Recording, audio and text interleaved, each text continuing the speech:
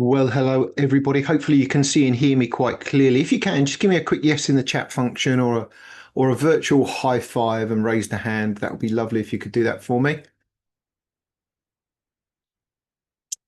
Okay, let's just stop share. I'm gonna have a little chat. Okay, well, fabulous. Thank you, everybody. Thank you so much for prioritizing you, taking your time today to attend this Habits for Health webinar, where we take a moment or two to reflect around and strengthen our mental fitness for everyday challenges. So we're going to look today at taking a moment to pause and coming up for a bit of air. We're going to reflect around the Habits for Health program. We're also going to drop anchor with regards to understand a little bit more around our stress and our resilience and habit change as well. As I said, thank you for prioritizing you, and I'd just like to pause and celebrate that for a moment. So thank you for deciding to get curious. Perhaps that's why you're here at the moment, because you're curious about change. You're dipping your toe, so to speak, into that river of change. Because today that's what we're going to look at. We're going to look at how we can perhaps break free from that sometimes all too frequent state and feeling of being fed up or tired or feeling tired all the time. Perhaps that's how you're feeling at the moment. Um, and that's what we're going to do today. We're going to pause and come up for a bit of air to see how we get on today. My name is Grant. I'm the Lead Wellbeing Coach here at Wellbeing People, where we have a vision to empower as many people as possible to live their very best life for the longest, for you to live your best life for the longest. Now, and I've spent, I guess, it's just so that you guys know who you're talking with, the best part of 20 years, I guess, working with individuals, teams, and organizations to really, well, in a nutshell, I think it's easier for me to say to change their habits, because that's what we'll learn today. We'll learn that we are our habits. Um, and during my time as a trainer, as a tutor, as a coach, I've learned that change is challenging, and it most certainly gets in the way of my plans. I'm sure that change and unexpected events get in the way of your plans as well. And what I've learned is that it's important, isn't it, to be curious, to stay curious, to be self-compassionate and kind to ourselves when we're attempting change. Because most people want to make some sort of change, right? They want to be healthier. They might want to exercise more or get better quality sleep, or they want to be better partners or better parents. Perhaps they want to be more productive at work and away from work, or more creative. So we're going to look today at pausing and checking in with habits, how we can establish habits, what are key components necessary for us to sustain any kind of change. And we're going to reflect around that today, as well as touch base on resilience and stress and mental fitness as well, which is going to be great for us. Now, the session today will be 40 minutes long, there or thereabouts. Let me just press a few buttons here. There we go. Will be there or thereabouts, and it is being recorded, just so that you're aware. I absolutely invite you all today to take a few moments and come up and give yourself permission to be as present as you possibly can. Put away those distractions and just immerse yourself just in this next 35, 40 minutes or so, and give yourself the attention that it deserves, and share your thoughts and your ideas and your reflections, because we're going to pose today some questions about change, some questions about stress, some questions about resilience and coping, that we have a wonderful opportunity to reflect around today. So share your thoughts and your ideas in the chat function. If you want your answers to be seen by everybody and your reflections to be seen by everybody, just ensure the little drop down tab reads to everyone. If you want only your answer to be seen by me, just ensure it reads to hosts and panelists. Now, there's also a Q&A tab at the bottom of your screen. Feel free to drop some reflections and answers in there, see how we go.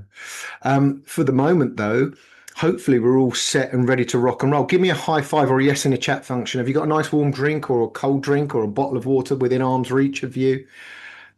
Are you there? Share with me some chat. There we go. Fabulous. Thank you so much. Come up for a bit of air if you feel the need at any point. Get up and have a little stretch, have a little move around, give yourself some movement medicine. Absolutely. And make sure that we do that as well. I think without further ado, we're going to jump straight into the session to see how we go. Right, let me share screen again. Let's see how this, it's always this IT part that terrifies me. Now let's see if that works. Can you just give me again, and just another high five or a little yes in the chat function that, oh, there we go. It's up, it's there. It terrifies me. I've got to tell you, I feel like sometimes when I press a button, the whole world's going to drop out. So thank you for allaying my concern. Okay, well, let's jump straight into it. Thank you for attending, and let's take a moment or two just to reflect around some of the key objectives here. Now, what we're going to be sharing with you today is it's not guesswork. Here at Wellbeing People, we've essentially road tested this process of habit change with thousands and thousands of people over the past 7 years. And we know that this particular method works. So today we're going to be focusing on understanding why you want to change your daily habits. And this becomes a really, really important perhaps mission to focus on, because it gives us that overarching purpose, that overarching reason why our change is important for us. We're going to face up to some of the challenges today, and we acknowledge, and I think we can all agree, right, that life gets in the way. Life is challenging. Do we all agree? Give me a high five. Life is difficult, not always, but a lot of the time it's quite difficult. It's quite challenging for us. So we've learned that, when we think about things like well-being, we've learned that removing judgment will be very, very important, and is a very useful kind of prerequisite to your success. And holding that non-judgmental space, that non-judgmental headspace and growth mindset of exploration and discovery and curiosity actually will definitely set us up for success. We're going to untangle and simplify your habits and give you a little bit more clarity, or at least an opportunity to pause and reflect around what that clarity looks like for you. We're going to share today some stress dynamics and some perhaps top tips to develop mental fitness and see how we go. And we're also going to encourage you today to take that next step, whatever that next step might look like for you. So as I said before, feel free to share your reflections in the chat function. It's always a very useful tool in there, and it's a real privilege to see and feel some of your reflections in that chat function. So feel free to do that as well. So we're going to move from where you are right now to where it is you want to be, and we're going to share with you perhaps a little bit of a roadmap today about how you're going to possibly get there, or one of the options that you could use to get there. So as I've already mentioned, it's, life gets in the way of our plans, doesn't it? And we can overcome these adversities, we can overcome these disappointments and frustrations, and we can keep going as long as we're very clear on our intentions. We're very clear on the why. Why is it important to us? Now, it can be really, really beneficial, really, really helpful to identify and connect with the reasons why your particular change is something that you want to go and achieve. Why is your well-being goal or your habit change important to you? What are some of the benefits that this new habit is going to bring to your life? And again, this gives us that overarching purpose, doesn't it? And direction really behind what it is that you're going to be doing. And also connecting with your why actually allows you to identify actually what personal values these habits are going to be serving for you. So, for example, I care about spending a little bit more time with my family because I value the quality relationships and love and belonging that brings to my life. Another example might be that I care about scheduling in playtime and self-care time into my diary because I value happiness, I value purpose, and I value the benefit the calmness that brings to me. I care about getting a good quality sleep because I value the rest and recovery that gives me, and it allows me to perform and be productive as effective as I possibly can. So when we're attempting change, it's always really, really important to consider and always keep in mind, why do you want to make that change and how that change is going to reflect in your values? And a trap that often people do fall into, and that we've noticed as coaches here at Wellbeing People, is that we set or people will set themselves changes or new habits that don't really fit with them, or that are not necessarily personally relevant to them or important enough to that person. Now, one of my favorite quotes is up on the screen here. It's people are generally persuaded um, better by the reasons that they've discovered for themselves rather than the ideas that have been expressed by others. I'm certainly not here to tell you how to live your life, and well-being is not about being told how to live our life. However, this is an opportunity to connect with your why and understand that that really, really will blow a lot of wind into your sails and drive your motivation. Will certainly be a really big contributing factor to your motivation, really getting clear on your intention. So let me ask you, and feel free to write down the answer. Now you can share in the chat function if you want to. So consider a couple of these questions. The first is what precisely is it that you want? What does this habit change look like? Or what does this well-being goal or health goal look like? And be precise. What precisely is it that you want to go and achieve? And secondly, and importantly, why do you care about making this change? What benefits will this new habit bring to your life? So I'm assuming many of us are here today because you want to, start to integrate and practice some sort of change. You want something to change, or you want to discover ways to maintain a certain level of behavior. So why is it important for you to make this change or sustain this behavior? Why do you care about your goal?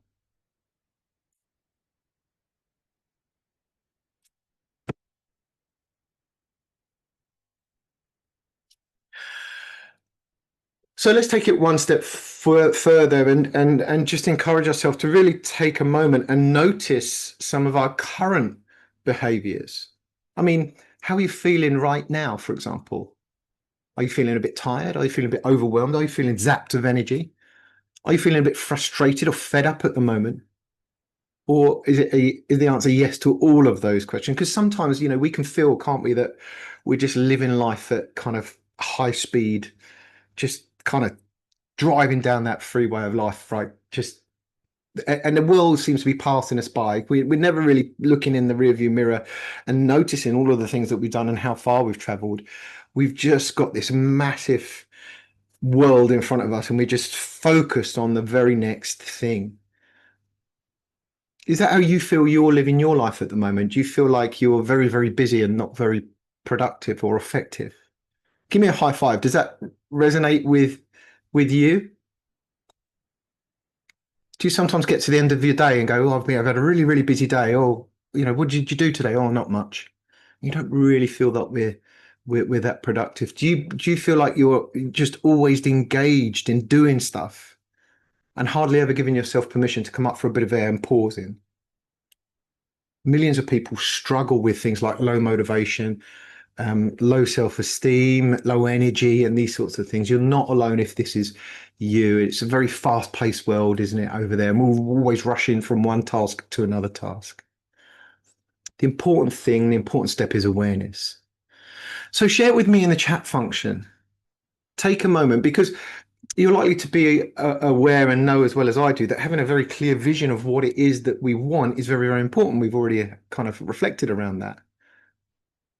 And that's important because it's important for our direction of travel. This is the direction I want to go. But where are you right now? What's not working so well for you right now? What's not working so well for you right now? So share with me in a chat function. What are you tired of feeling like or being like? Take a moment to pause, just to check in with yourself.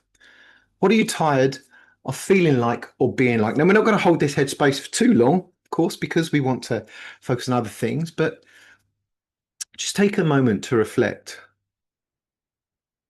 Perhaps you don't want to feel as lonely as you're feeling. Perhaps you're that person that always says yes to stuff. Am I talking about you? Perhaps you're feeling constantly fatigued. Here are a few common answers that we see. Thank you for sharing in the chat function, by the way. Oh, right. Nice one. Thank you. Someone's saying they've got a busy brain. Does that resonate with some of us? We've got snow. I like the phrase snow globe brain. Have you got a snow globe brain? It's always just bouncing around. Someone's saying here, I often feel like I'm in recovery, either busy or doing activities. Nice. To recover from work. Nice. It's lovely awareness.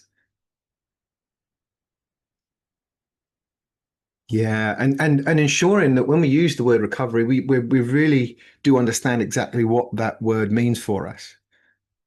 Is just taking a 15-minute break recovery, is getting one good night's sleep out of seven, getting good recovery. So understanding exactly what that means for us is important, isn't it? So lovely, wonderful reflections. Thank you, everybody. So as you can see up on your graphic here, we get lots of answers: procrastination, having no time, all work and no play. Does that resonate with some of you? Lacking energy, constant aches and pains, and these sorts of things that we might kind of reflect around. But brilliant stuff. Thank you. Okay. So I love this graphic. It's one of my favorite graphics. Do you feel like this sometimes? This little graphic on the right here, running around in circles, chasing your tail a little bit, always really, really busy and never really, really effective. Is that you? Am I talking about you? We've taken a moment, haven't we, to connect with our whys, to perhaps understand what it is, which direction of travel we're heading towards. My optimal well-being goal is over there. And by the way, my optimal well-being goal is to go for a walk when I'm 100 years old, holding my wife's hand, laughing and joking and reminiscing about a wonderful life that we've experienced. And I know that's my goal, and I have very good clarity. I write it down every single morning, and it kind of points me in the right direction every day. Why do I care about that goal? We've spoken about why we care about the things that we want to change. But let's look a little bit more closely at the process, because sometimes we just don't pause to do that. So we're going to start untangling our habits, and we're going to start aligning some of our behaviors to the areas of our well-being that we most want to improve, or that we want to manage a little bit more effectively at the moment. So here at Wellbeing People, and the Habits for Health program, focuses on these four key pillars of well-being: lifestyle, nutrition, mindset, and movement. So I'm going to invite you right now just to take a few moments, just to pause, and to perhaps reflect around these four pillars of well-being: lifestyle. And when we say lifestyle, think here sleep as well. So lifestyle, nutrition, movement, and mindset. Which of these key areas of health and well-being would you most like to focus your time, energy, resource, and effort on at the moment? Share with me in the chat function what kind of jumps intuitively into your brain. Or yeah, I'd really like to, get a little bit more control around this particular pillar of well-being at the moment. Share with me in the chat function, which one would you like to focus on?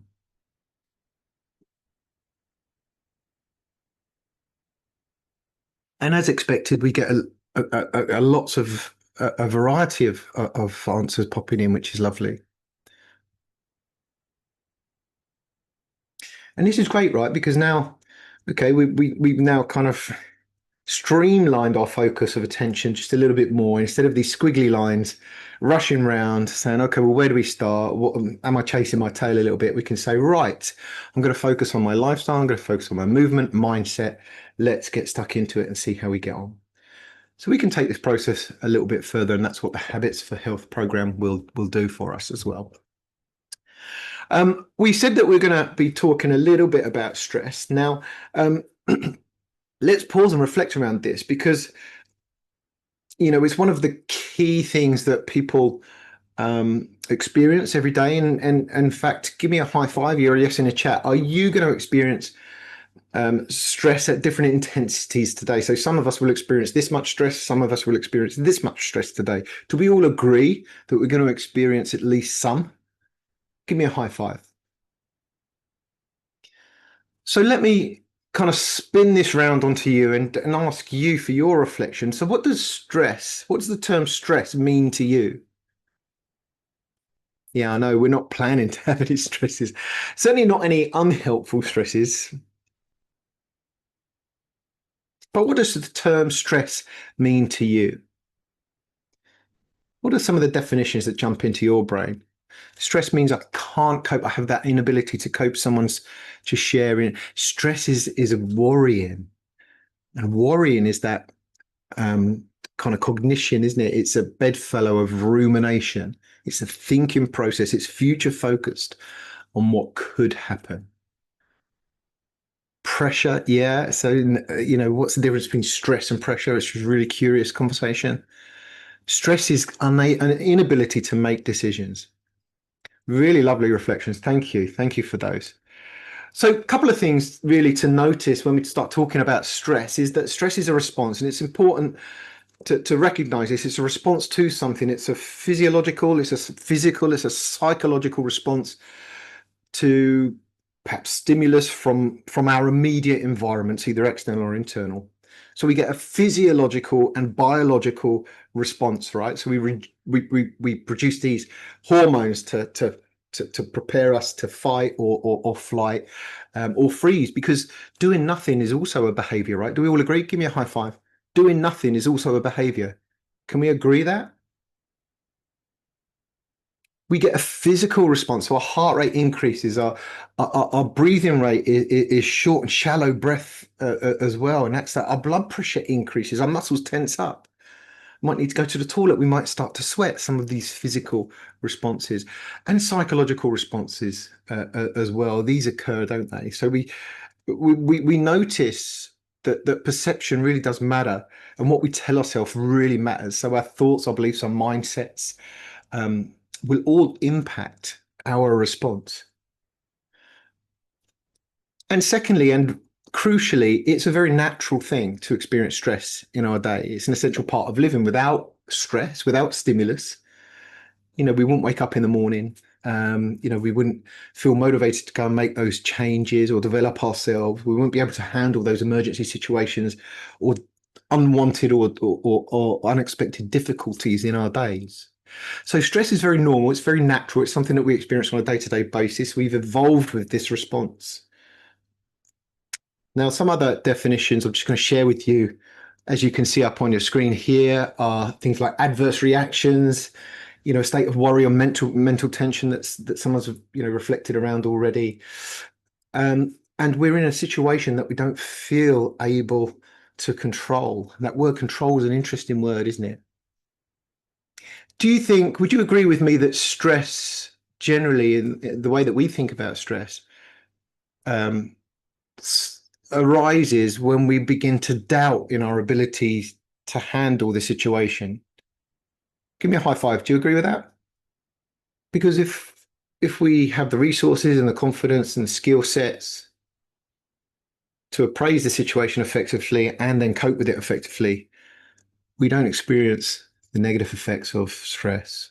So to avoid any confusion, what we're going to do is I'll refer to the unwanted kind of pressures, internal and external kind of pressures in our lives as stressors, and your responses to those stresses as stress. So it's the unhelpful side of stress, because stress is useful. Do we all agree?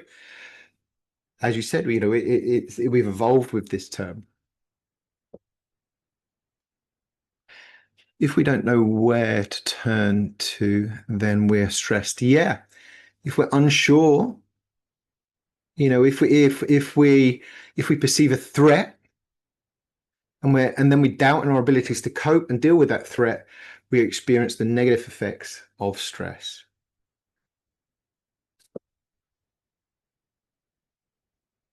Okay, let's click to the next one. Hopefully that's clicked. So let me ask you, we've spoken about some of the effects of stress, but how does stress affect you? What do you observe about yourself physically, mentally, emotionally? What do you observe about yourself when you're feeling stressed? Share with me some of the effects of stress, perhaps on you, or perhaps on people that you live with or work with or socialize with, that you notice these effects of stress? Yeah, thank you for sharing that. Someone's highlighted here withdrawal, social withdrawal. So we see these behavioral changes, right, in ourselves or others. We start to socially withdraw, we start to silo, and I notice that I do that sometimes myself as well, just go and dig my heels in and get stubborn. I don't communicate as effectively as I can when I'm under a little bit too much stress. I don't like myself. I can't understand why others may like me. Yeah, developing that self-esteem, celebrating the good things. We're designed to notice the bad things. It takes a lot of effort, persistence, and awareness to actually notice the good things. Do we all agree? I mean, if I said to you all right now, um, just reflect on when was the last time someone said something amazing about you? When was the last time someone gave you a very authentic and honest compliment and you accepted it? You didn't just brush it away. You just accepted, you paused to accept it. So we're programmed to notice the bad things. Yeah, shut down, cry, bad tempered, some of the things that we might notice, some effects of stress. I'll share with you a few more here. So we get these physical symptoms. We spoke a little bit about that. What about sleep disturbances? Have you ever heard yourself say, I've had a really crappy night's sleep because I'm stressed out, and I'm stressed out because I've had a really crappy night's sleep? Give me a high five. Does that resonate with you or someone you know? So it follows, doesn't it? If I want to manage my sleep more effectively, gain a little bit more control of my stress, if I want to manage my stress a little bit more effectively, perhaps I can improve the quality and quantity of my sleep. We see those mental and emotional effects as well. Withdrawal from others is down there, brain fog, difficulty, concentrating. All of these things, of course, will impact our social interaction and our relationships as well. Let's take it one step further. What might we notice in the people that we're living with or working with? So what might be some of the collective signs of stress? So what kind of signs might you see at work, or what kind of indicators do you notice that you might notice at work that might indicate that actually we've got a stressful workplace or a work team? And there's a few things that we can reflect around. Yeah, so the behaviors of other people being curt as well. We might notice these as collective signs, perhaps. And you can see a few of those just highlighted up on your screen here. General poor health, complaints, difficulty, maintaining and developing new or existing relationships can be a real challenge if we're overly stressed. Now, remember, awareness is the first step to any change, and building your awareness will provide you with a greater access to those internal resources that you all have, by the way. You will have this wonderful, resilient ability already to deal with stuff. I absolutely, as a coach, I firmly believe that you have all the answers already. You have all the clarity, you have all the wisdom, you have all the compassion. We need to tap into these when we're approaching our stressor. Wonderful reflections. Thank you again so much. It's really lovely to get that insight.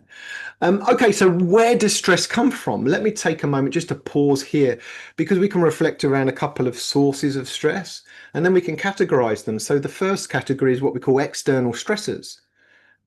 Now, external stressors are stressors that generally we have very little control over, and they come from, we might say, outside of the body. So what do you think could be an external stressor that you have very little control over, but actually causes stress in you or people you know? What kind of jumps to mind for you?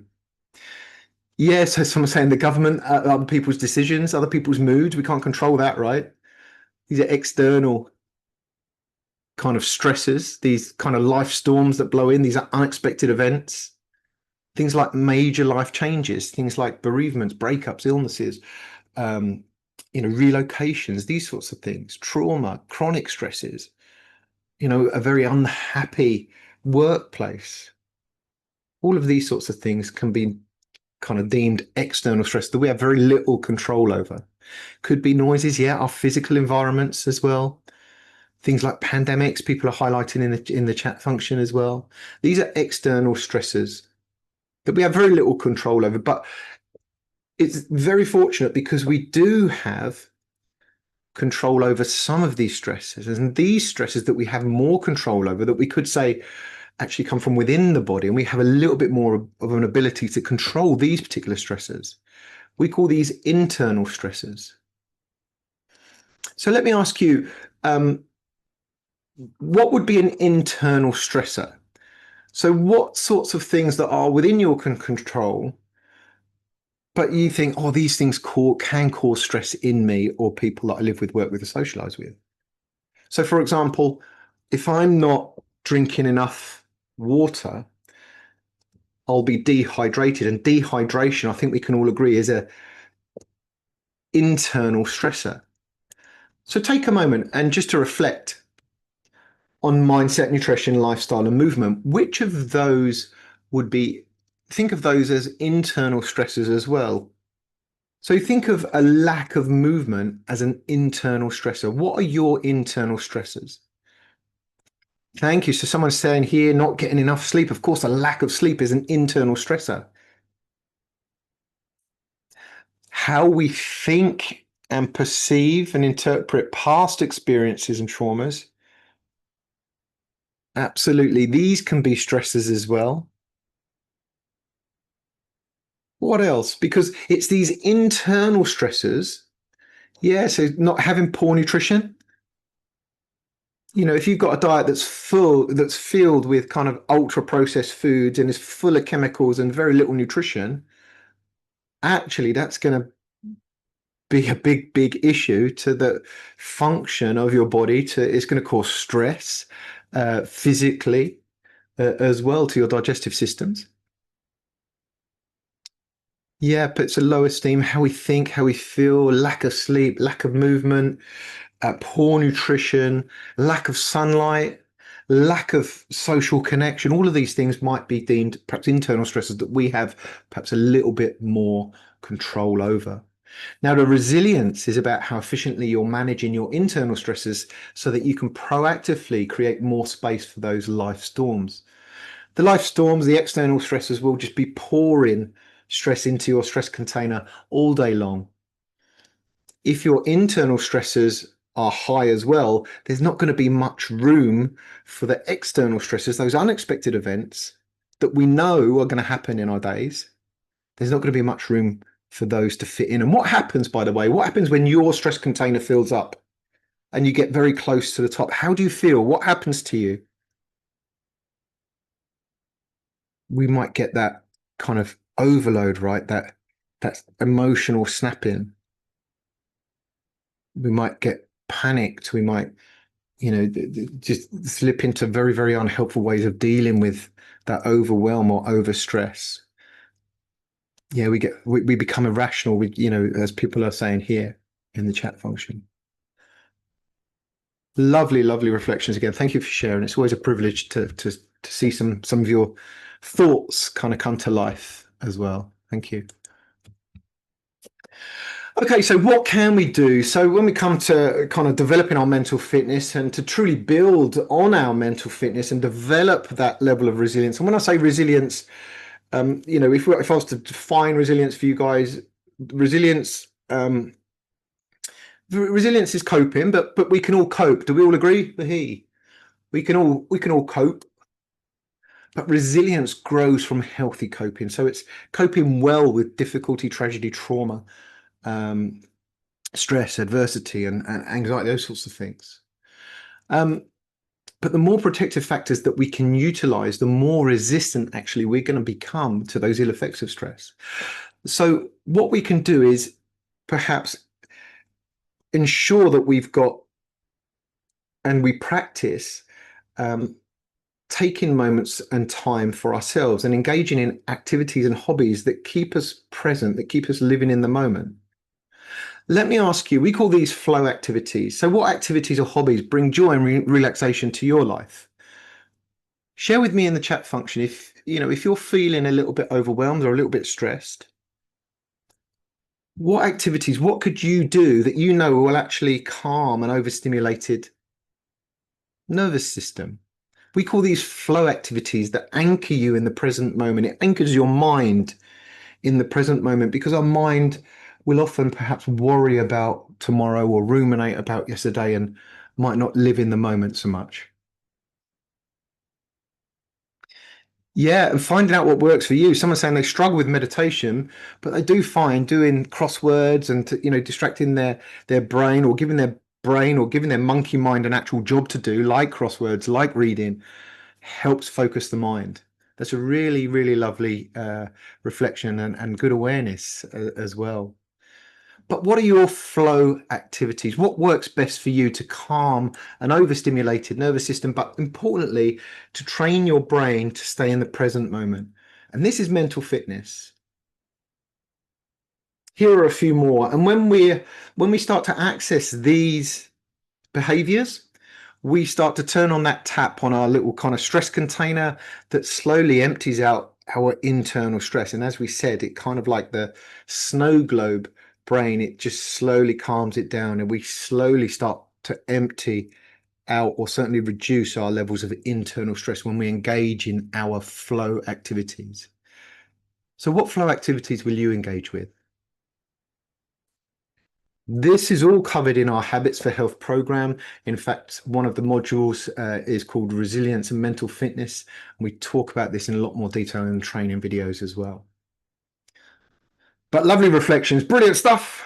I'm conscious of time, so I'm just going to zip into the next one because I think the next one's really, really important. We're going to pause just to reflect here. So we spoke briefly about kind of monkey mind, right? That part of our brain, that emotional part of our brain that's quick to jump to conclusions or make assumptions.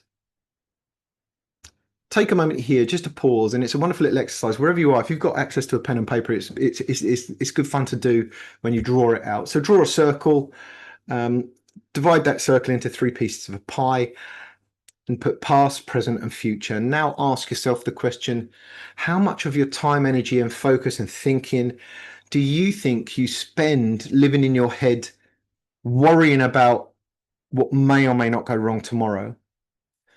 Ruminating all of the bad stuff that went yesterday, that went wrong, so the past, and then the present moment. How much time do you spend, energy, resource, focus, do you spend in the present moment? So put percentages on it. Add some percentages. Where do you feel like, when it comes to, living in your head, do you feel like you worry a lot? Do you feel like you ruminate about what went wrong a lot? Or do you feel like you live in the moment a lot? Whereabouts do you feel you are? Do you feel, and what do you notice? What did you learn? Do you notice that you actually spend a lot of time worrying about what may or may not go wrong? And perhaps do you notice that actually I'm hardly spending any time living in the moment and being present? Do you notice that you're spending a load of time actually worrying about things that you can't affect anymore?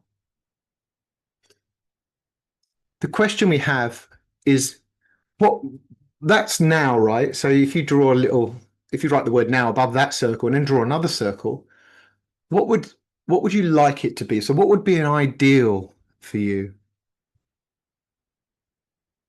What will you do to spend a little bit more time living in the present moment? Planning, scheduling, completing. What will you do to train your brain to be a little bit more present in the present moment? Because guess what? You can't experience misery, stress, and anxiety while you're experiencing things like gratitude or happiness or joy. What would you like it to be? And what are activities that can help you connect with yourself? Mindfulness practices are great. Things like, mindful meditations can really help increase self-awareness. They can help reduce stress. Activities like journaling is wonderful, where we take our thoughts and our ideas and our emotions and our feelings from up here, and we put it onto a piece of paper. We write it down. It can help clarify our emotions and help you better understand yourself.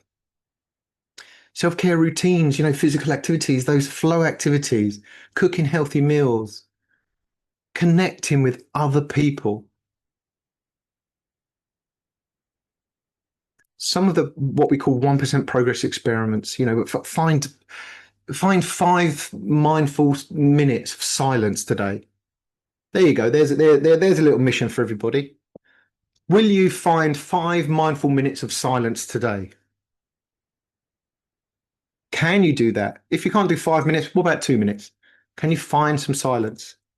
Whatever that means for you. Good stuff. Wonderful reflection. I'm just going to zip through these. So take a moment then to reflect around what it is you want, why you care about that change that you want, the new habit or the well-being goal that you want.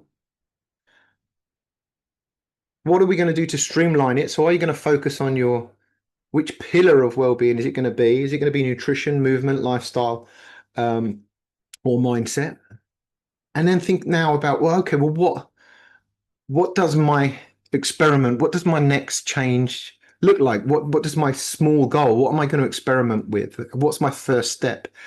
The key thing to reflect around this, and this is one of the foundations of the Habits for Health online program, is that we ensure that these behavioral changes and experiments are accessible, they're simple, and they're manageable. This is really important. We refer to these as 1% habit experiments. If you make that habit experiment too difficult, motivation and willpower are extremely unreliable by their nature. Do we all agree? Give me a high five. Motivation and willpower are extremely unreliable. So if we set ourselves too difficult an experiment to try on those days when there's no kind of motivation to catch, there's nothing, it's going to be more difficult to attain. But with smaller, more manageable, more accessible goals, little kind of habit steps, habit experiments that we can experiment in our week, we might discover that actually that creates a little bit more traction, a little bit more momentum. And actually, I can access it. And if we're experiencing success more often, we're much more likely to sustain that change that we want. So establishing your habit, break it down into simple and accessible, manageable experiments. Now, whatever that looks like to you, I mean, my suggestion was a few around mental fitness, which was, practice meditation, stuff like that. But again, it might not be your thing. It might be simply that we start by finding or attempting to find 5 minutes of silence in our day, to then practice a few big, deep breaths, or to then kind of calm an overstimulated nervous system. What you do every day matters more than what you do once in a while. Now, in our Habits for Health program, there are only really 2 key expectations that we would encourage to you to really embed, and we reflect around these every single week. And these are the priority mindset. This is where we recognize that you can't pour from an empty cup. How much can you give of yourself if you don't take care of yourself? It's not selfish to prioritize you. You are the most important tool you're ever going to have. So it's okay to prioritize you a little bit more today than you did yesterday. Perfectly fine. And progress mindset, as long as we're trying something, as long as we're attempting some sort of change or trying some sort of behavioral experiment, we're either going to win or learn. You are never going to lose. And that's why the Habits for Health program, we share with you the power of reflection. You're encouraged to reflect every week.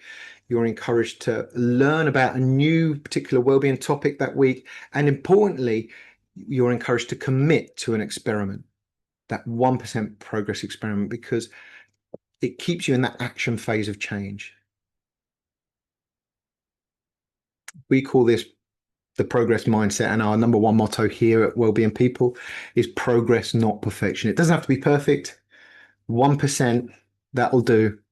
That aggregate of marginal gains. If I'm improving just by 1% every week, guess what? That's going to equal a marvelous and remarkable change.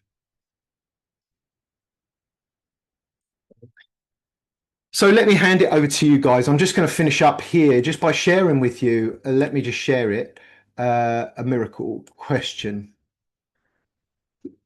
Feel free to, I've just dropped it in as a poll question. just to reflect around this question. If you woke up tomorrow living your best life, what would you look like and how would you feel? Would you have abundant energy? Would you have no more aches and pains? Would you feel happy and motivated?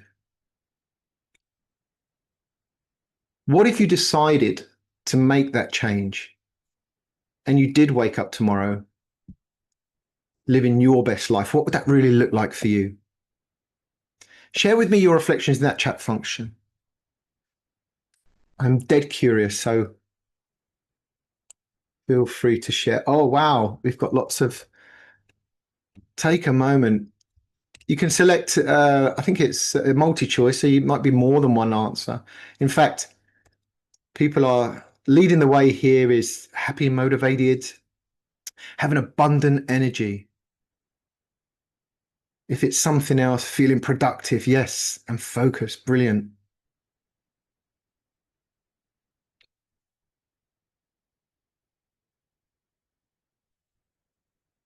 And again, if you did decide to take a step, dipping your toe into that river of change, as we spoke about before, where could it take you if you did that, if you did decide to take action?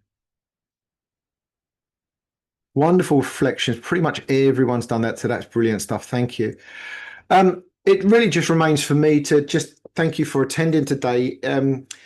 We've spent some time understanding a little bit more about habits, about change, about stress, and how it affects us, and what we can do to grow and develop and become a little bit more resilient.